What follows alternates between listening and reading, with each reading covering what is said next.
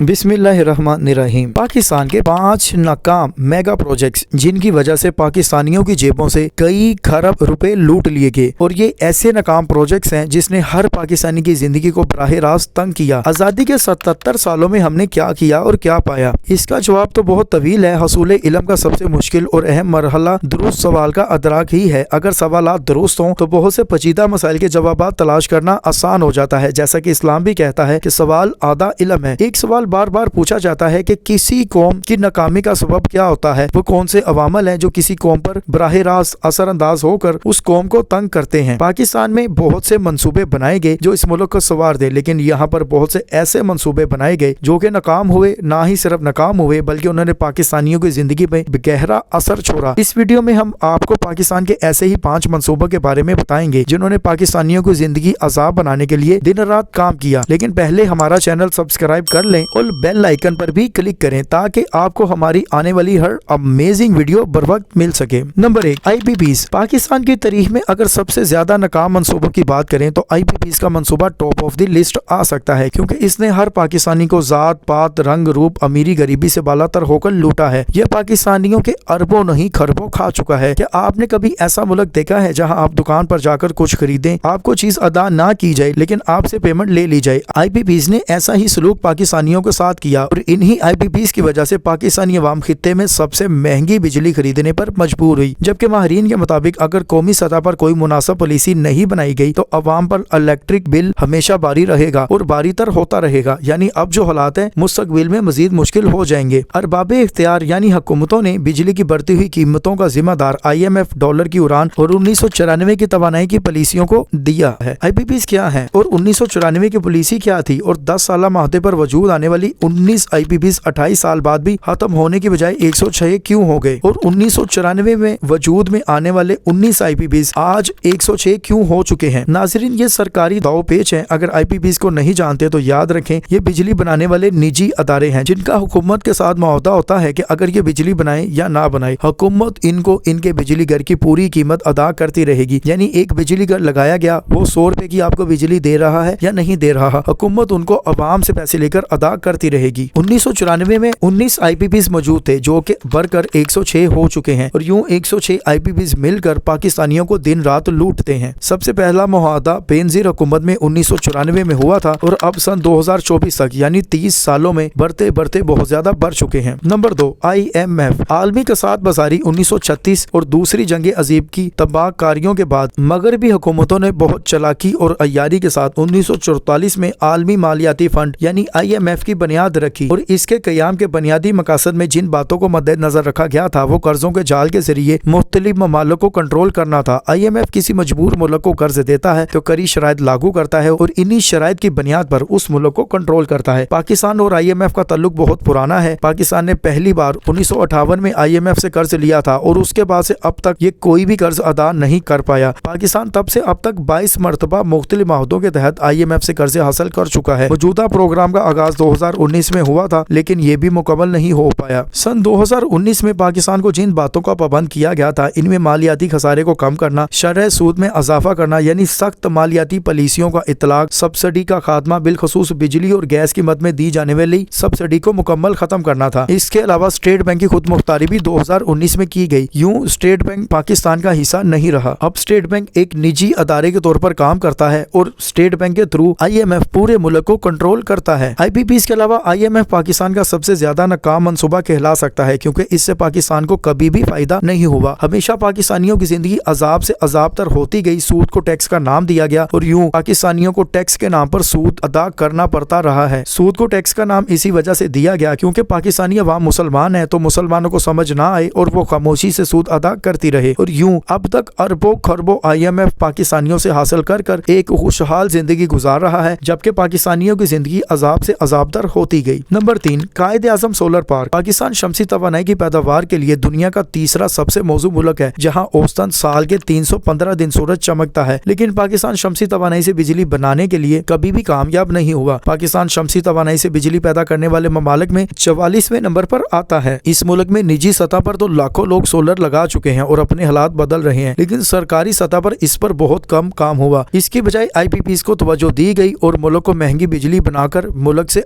लाखों करोड़ों अरबों खरबों लूटे गए। हत्ता कि पाकिस्तान का सबसे बड़ा सोलर का मंसूबा कायद-ए-आज़म सोलर पार्क भी नाकाम हो चुका, जो बहावलपुर में लगाया गया था। इस पर लगने वाला पैसा अवाम से टैक्स की सूरत में वसूल होता नजर आता है। ये मंसूबा सन 2016 में शुरू हुआ, लेकिन कुछ खास कामयाबी ना मिली। इसको मुल्की ग्रिड से मुंसलिक किया गया, लेकिन वो बिजली वसूल ना हुई जिसके लिए लगाया गया था। 1000 मेगावाट के मंसूबा 4500 एकड़ पर मुश्तमिल है, लेकिन सिर्फ चंद मेगावाट ही बिजली पैदा कर सका है और बाद में इसको हुकूमत ने फरोख्त करने का मंसूबा बनाया, लेकिन अभी तक फरोख्त भी नहीं हुआ। वक्त के साथ साथ इसकी कारकर्दगी भी गिरती गई और अब आउटडेटेड होने की वजह से इसको फरोख्त करना भी महाल है। यूं अरबों का ये मंसूबा एक नाकाम मंसूबा कहलाया। Number 4, Satpara dam. पाकिस्तान में गिलगित बल्तिस्तान दरियाओं, नदी नालों, कुदरती चश्मों और दुनिया के बली ग्लेशियर्स की सरजमीन है। एक मुख्तात सर्वे के मुताबिक गिलगित बल्तिस्तान के नदी नालों पर कम अज कम 60,000 मेगावाट तक पन बिजली के मंसूबे लगाए जा सकते हैं और यूं पूरे पाकिस्तान को रोशन किया जा सकता है। लेकिन सवाल ये पैदा होता है कि वो कौन से अवामल हैं कि यहाँ पन बिजली मादनियात के मंसूबे नहीं लगाए गए। यहाँ बहुत से पन बिजली के मंसूबे बनाए भी गए, जैसा कि दियामिर बाशा डैम, लेकिन यहाँ का अहम तरीन मंसूबा सतपारा डैम था, जो कि नाकाम तरीन मंसूबा है। सकरदू शहर हमेशा ही बदतरीन लोड शेडिंग का शिकार रहा, लेकिन आज की तारीख तक सतपारा नाले के पानी से डैम भरा जा सका और ना ही सकरदू में पानी और बिजली की फराहमी अच्छे तरीके से शुरू हुई। सकरदू में बिजली बहरान के साथ आबपाशी, पीने के पानी की कमी का मसला भी दिन रात शिद्दत इख्तियार करता गया। यहाँ सतपारा डैम बनना था जो कामयाब ना हुआ। डैम के पानी से जो 15 से 17,000 एकड़ बंजर जमीन ने जेरे काश्त आना था वो भी ना आई। अहले सकरदू इस वक्त अपनी जेरे काश्त जमीनों के पानी के लिए तरस रहे हैं। डैम बनने से पहले